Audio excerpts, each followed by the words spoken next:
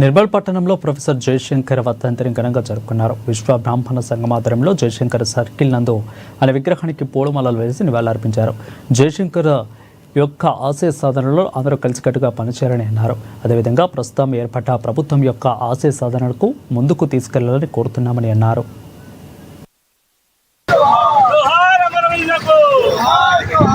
తెలంగాణ ఏర్పాటు చాలా అవసరమని గుర్తెరిగినటువంటి తెలంగాణ ప్రొఫెసర్ అయినటువంటి శ్రీ ప్రొఫెసర్ జయశంకర్ గారు ఈ యొక్క తెలంగాణ ఆవశ్యకత గురించి తెలియజేస్తూ తెలంగాణలో ఉన్నటువంటి ప్రజలందరినీ కూడా ఒక యుద్ధ ప్రాతిపదికన ఈ యొక్క తెలంగాణ ఏర్పాటు చేయాలని, దానికి చాలామంది నాయకులందరూ కూడా కుల మత విభేదాలు లేకుండా అందరూ కూడా ఈ యొక్క యుద్ధంలో పాల్గొని తెలంగాణ ఏర్పాటు చేయడం లోపల వారు